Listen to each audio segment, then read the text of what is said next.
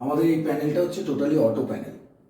আমার দুটো সোর্স আছে, CSC1 CSC2, আর আছে একটা ডিজি, 200 কেবি ডিজি আছে। এটা হলো আমার CSC1, এখন অন রয়েছে। প্যানেলটা আমার অটোতে ফেলা আছে ATS। আর CSC2 হলো এটা, এটা হলো আমার CSC2, আর এটা হলো আমার মেন বাস কাপলার। এটা এখন অফ পজিশনে রয়েছে, দুদিকের সোর্স আমার অন আছে। এটা যখন অন হবে তখন এটা রেড লাইট জ্বলে যাবে আর এই রেড লাইটটা অফ হয়ে যাবে।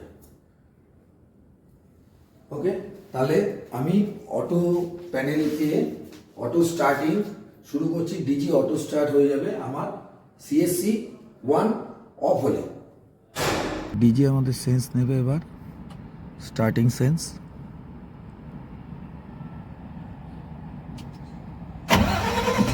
স্টার্ট।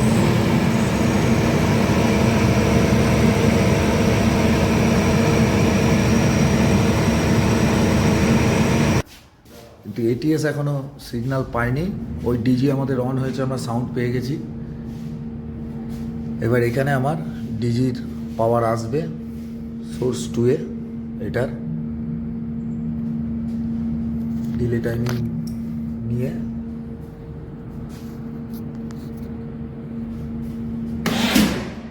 এই যে আমার ATS পাওয়ার পেয়েছে, এই যে আমার ATS চেঞ্জ হয়ে গেল হলো। এবার আমার এখান দিয়ে প্যানেলটা আমার এই অবধি অন আছে। এটা হচ্ছে আমার বাস কাপলার। এই সোর্স এখনও আমার অন আছে, ঠিক আছে। এই সোর্সটাকে আমরা অফ করব, তাহলে ডিজিতে পুরো প্যানেলটা আমার রান করবে, ঠিক আছে। সোর্স 2 আমি এবার অফ করছি। সোর্স 2 আমার অফ হয়ে গেছে। বাস কাপলার সেন্স পাবে, বাস কাপলার অন হয়েছে। অন হয়ে আমার ডিজি থেকে টোটাল প্যানেলটা রান হয়ে গেছে।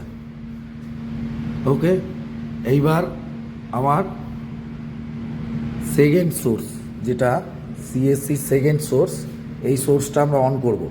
তাতে আমার বাস কাপলার অফ হয়ে এটা CSC2 এ চলবে আর ওটা ডিজিতে চলবে।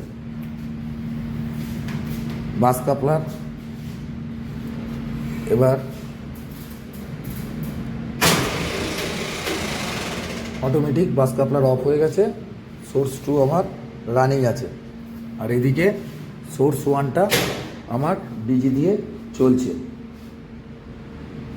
এবার আমরা ATS এর যে সোর্স 1 আছে আমাদের CSC1, এটাকে অন করব।